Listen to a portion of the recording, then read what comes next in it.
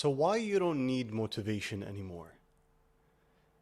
There are two types of energies that humans are fundamentally built with. Now, one is quite famous. We tend to use it all the time, and that's the energy of motivation, the energy of willpower.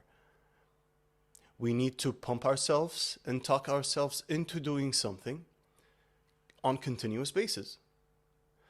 Now, the problem with motivation, the problem with willpower, is that it's incredibly useful to get us off the ground, but it's not very sustainable. It has a spike kind of graph to it.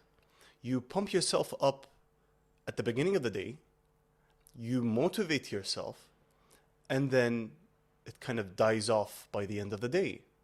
And you would have to repeat that continuously, which, if that was the only choice, then so be it.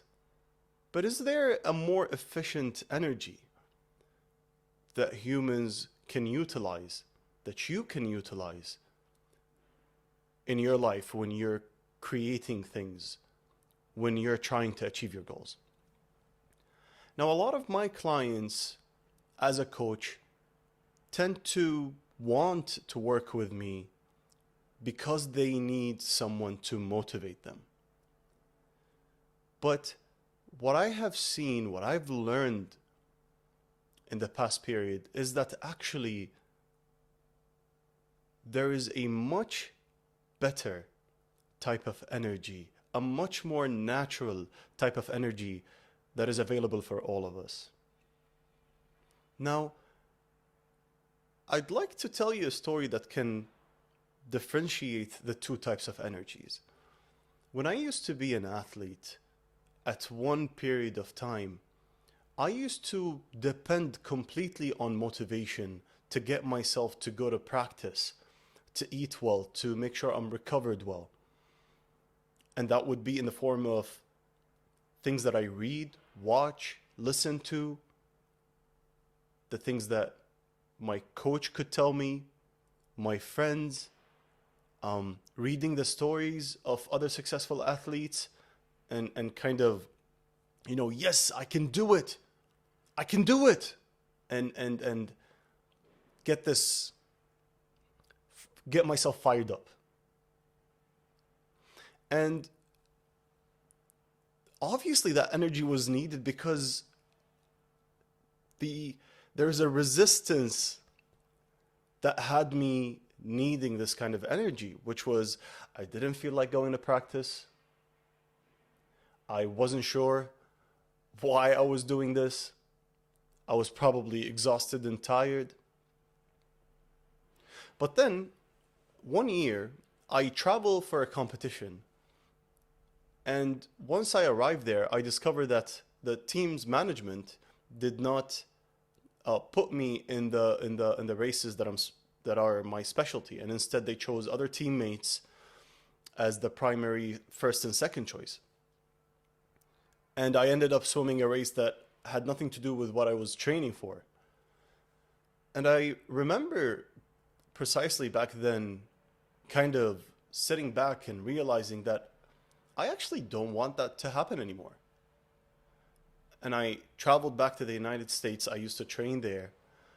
And I spoke to my coach. I had a conversation with my coach where I told him that I do not want this to happen anymore. I want to be the best.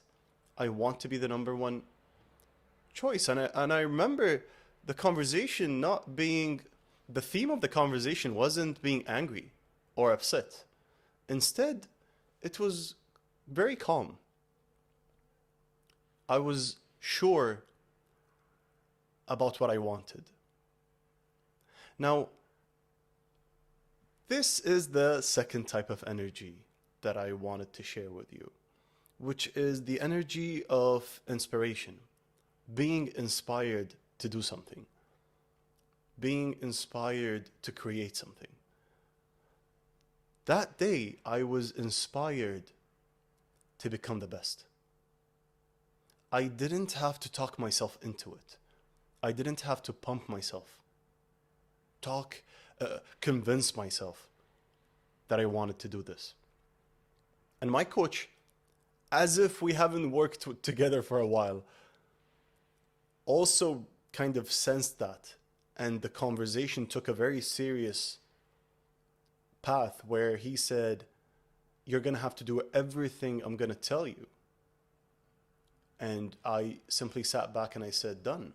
I'm going to do it all." And until today, remembering the things that the amount of practice that I did, I can hardly, physically at least, imagine myself doing that again without being inspired. There is no way that I could today motivate myself to work out or train as hard as I did back then, instead of inspiring myself or being inspired to do that. Motivation will never be able to give me that again. Now, well, how do we get inspired about things? How does that really work? And I think humans are fundamentally built inspired. We are continuously inspired for hundreds, thousands of years, tens of thousands of years to solve problems, to thrive, to progress, to create, to expand. It is our nature. It is actually, I think, what made or pushed the people that created the most incredible things that we get to experience today. They were inspired. Now, what could get in the way of that? Well, a busy mind is probably the biggest obstacle to connecting with your inspiration. So if you're trying to do something already, then either you forgot why, you lost the connection, you lost touch with why you're doing what you're doing, and you need to slow down and reconnect with why is it that you're doing what you're doing. And there are two usual outcomes from that question, that conversation, which are: you'll either remember, get inspired again, perhaps maybe shift the path a little, or you realize that you do not want to do this anymore, that you're no longer inspired to do what you're doing right now. And I usually see this with clients because I would ask them the question of, if we kind of erased everything that you're doing now, all the kind of commitments or the feeling that you have to show up, what would you be doing instead? And instantly I could see their eyes light up, because usually we do have that other thing that we would love to do. And if I ask you to think of that right now, just notice the kind of shift of energy that you feel when thinking about that other thing that you would rather do now. And think for yourself, does that feel like the energy of willpower? The energy of motivation? The energy that is excellent for fight or flight, to survive, to get us off the ground? Or is it a more calm, in flow kind of energy? So, and these conversations are really an exploration for you. I encourage you to explore this for yourself and not take my word for it straight away. Do not think of this as, is he right or is he wrong? Instead, explore it for yourself. This has been one of the most incredible ways of my way of learning today versus in the past. In the past, I would listen to things to, in a sense, agree or disagree with them. Today, I listen to explore what kind of truth is in the words of the teacher, the person talking. And I try to see if I can see that for myself.